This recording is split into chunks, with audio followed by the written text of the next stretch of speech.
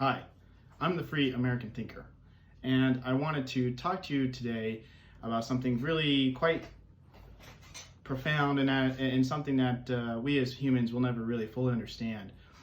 And that is the fact that all of time is existing all at once, forever, infinitely.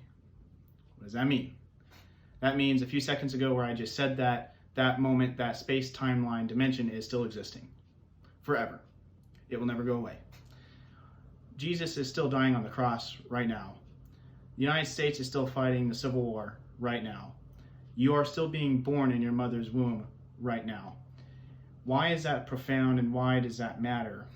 Well, essentially because space is not space, it's actually space-time. And because space itself always exists, it's like right now, Los Angeles, even though I'm not in Los Angeles, even though I'm not there, it still exists, right? The moon still exists, Mars still exists. It's not like if I get in my car today and a few days later I get to Los Angeles just magically appears, right? It just took me a while to get there. Because all of space exists at once, and because all of space is actually space-time, that means that all of time itself must also exist. So all of time is existing right now. That is important because that is the fabric of consciousness and infinity. And that also has to do with your ability to remember your memories, as well as other things. I'm just looking at this note here. This matters for a very crucial component, which is that of time travel. Time travel is very real. It absolutely exists. There are components of it that is actually already embedded into certain applications in military technologies. It also has to do with field density.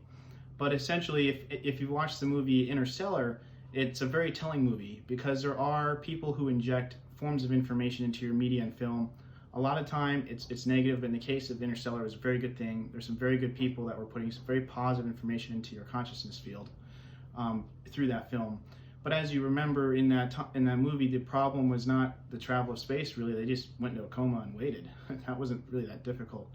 The problem was actually time, because when they went to a different planet with a different time field or a different density, time moved different around them compared to everyone else. So, if you were to go to a much heavier planet or a much heavier density field, when you come back, you would not have your children or your wife waiting there because time moved faster for them than it did relatively to you, and now your timelines are fractured.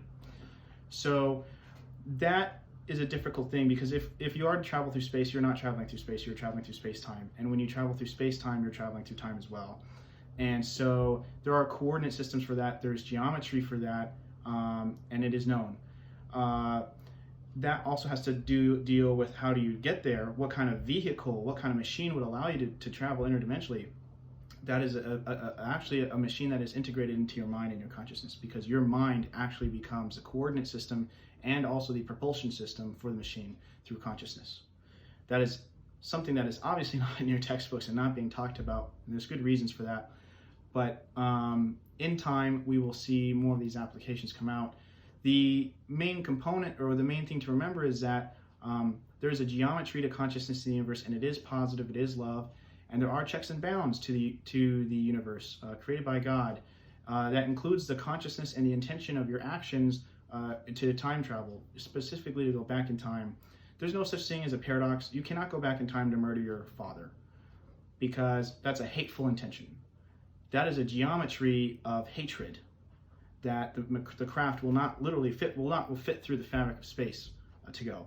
But if it's with love, I want to go back and help someone, then it is allowed. And we'll go into that. There's some professors and other scientists that have talked about this, and you can actually see that in the crystalline structure of water and snowflakes.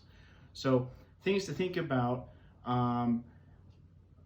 We will talk about this much more, but just know that everything in time is always existing. It's a positive thought. If there's someone who has passed away in your life, like a mother or a father or a family member, do know that you are still existing with that person on Earth 10 years ago or 20 years ago or 50 years ago. They are still alive, except they are in a different timeline dimension than you are, because you have moved through those dimensions.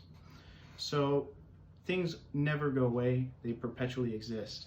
And the future is a fluctuation of potential realities, of infinite ways that we can communicate and live with each other.